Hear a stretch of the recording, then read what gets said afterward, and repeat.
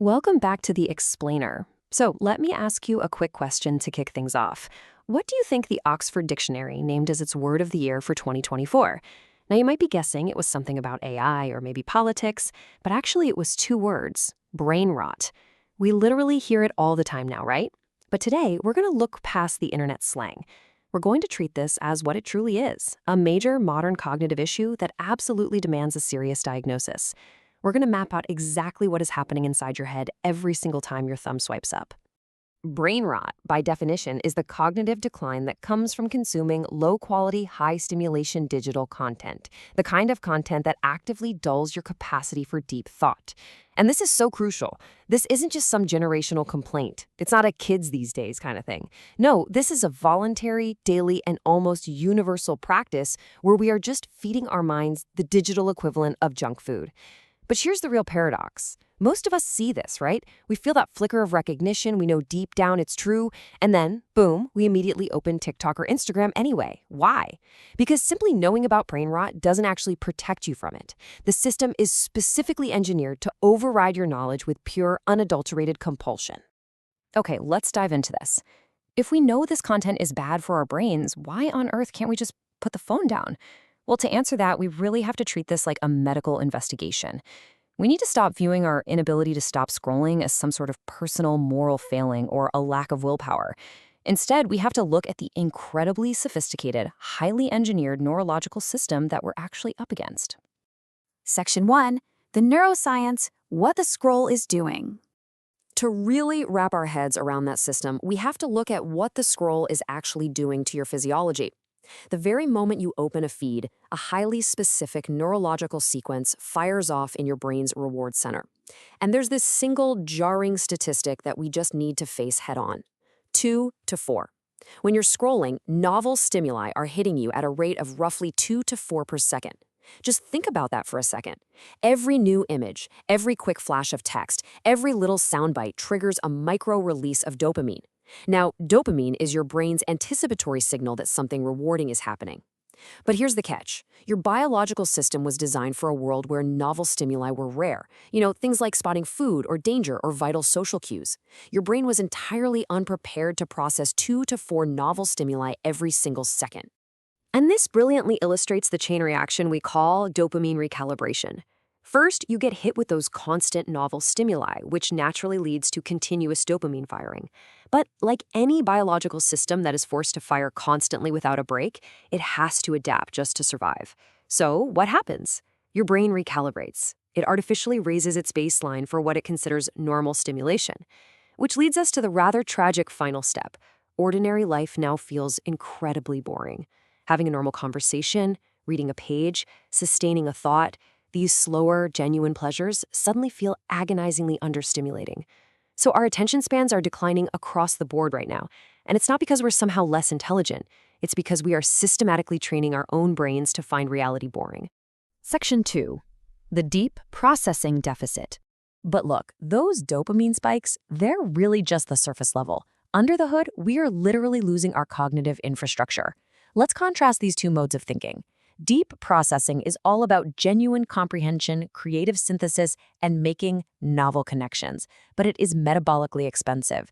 It requires serious cognitive resources, and most importantly, it requires time. You need time to turn an idea over in your head, right? Shallow processing, on the other hand, is exactly what the feed trains us to do. It's rapid, it's surface-level engagement, it gives you this fleeting feeling of having encountered something without any actual comprehension. It's essentially the illusion of having thought, without actually doing the thinking. Over years of the constant scroll, your capacity for deep processing actually starts to atrophy purely from disuse. Which brings us to a pretty sobering realization. The philosopher Wittgenstein once said that the limits of your language are the limits of your world. But today, we kind of need an updated version of that. The limits of your attention are the limits of your thought. Let that sink in for a moment. A person who can't sustain focus for 20 minutes simply cannot have a thought that requires 20 minutes to develop. If your attention span has been trained down to 15 seconds by a video feed, well, the only thoughts available to your mind are the ones that can perfectly fit into a 15-second window. And a 15-second thought isn't really a thought at all. It's just a feeling. Section 3. Why detoxes don't work. So, how do we fix this whole shebang? Well, the very first step is actually dismantling the most widely accepted cure out there, the digital detox. We've all heard of it, right? Doing a weekend without screens or trying a 30-day social media fast. I'm here to tell you that these detoxes are largely a false cure. Sure, they might make you feel a tiny bit better temporarily, but you almost inevitably return to the exact same feed and the exact same habits. Why? Because a detox completely misunderstands the underlying mechanism of the injury. See, the detox model treats brain rot like a toxic accumulation. It assumes you can just, flush your system out with enough abstinence. But the reality is that brain rot is a baseline recalibration. Your brain has physically adapted to a much higher frequency of stimulation. You can't just flush that out over a weekend.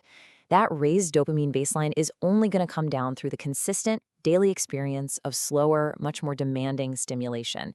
Basically, it requires total behavioral replacement, not just a quick weekend break.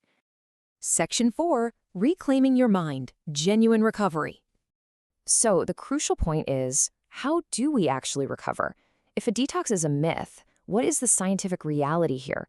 We have to engage in what researchers call attention restoration. And I'm going to give you some tough love right now. These recovery pillars, they are not going to be comfortable. First up, long-form reading. And I mean actual books, not newsletters, not articles. Books build complex arguments over hundreds of pages, which forces you to hold previous context in your working memory. Second, sustained boredom. You literally need to deliberately sit without any input. No phone, no podcast playing in the background, no noise. Just sit. Your recalibrated brain is going to scream at you. It will feel exactly like withdrawal. But if you can push through that discomfort, your mind will finally start doing what it was born to do, generate its own spontaneous thoughts. And third, single tasking. Deliberately engage with just one thing, one book, one conversation, starting for maybe 20 minutes and slowly building up to an hour. You have to train your attention system in the exact opposite direction the feed has been pushing it all this time. Section 5. The deeper problem. It is not an accident.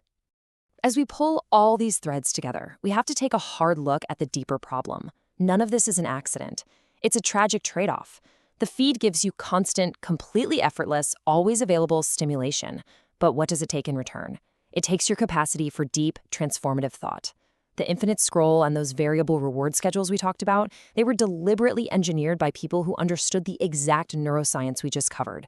It's a business model, plain and simple.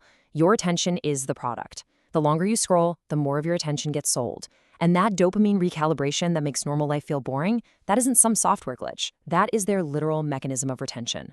We are voluntarily surrendering the cognitive infrastructure we need for genuine understanding, all in exchange for some algorithmic engagement. Section 6. Rebuilding the mind. But hey, we don't have to accept that trade-off.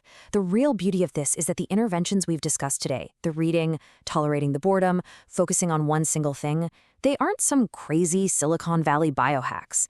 They are simply the natural, fundamental activities the human brain was always designed to do. A mind that is truly capable of deep thought, a mind that can generate new ideas rather than merely consume them, is vastly more powerful than any algorithmic feed out there. The capacity to hold a difficult, complex idea long enough to truly understand it, that is still inside you.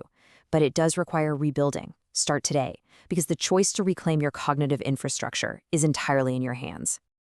If this explainer names something you've been noticing in yourself lately, I highly encourage you to share it. Send it over to someone who is currently scrolling without realizing what it's actually costing them.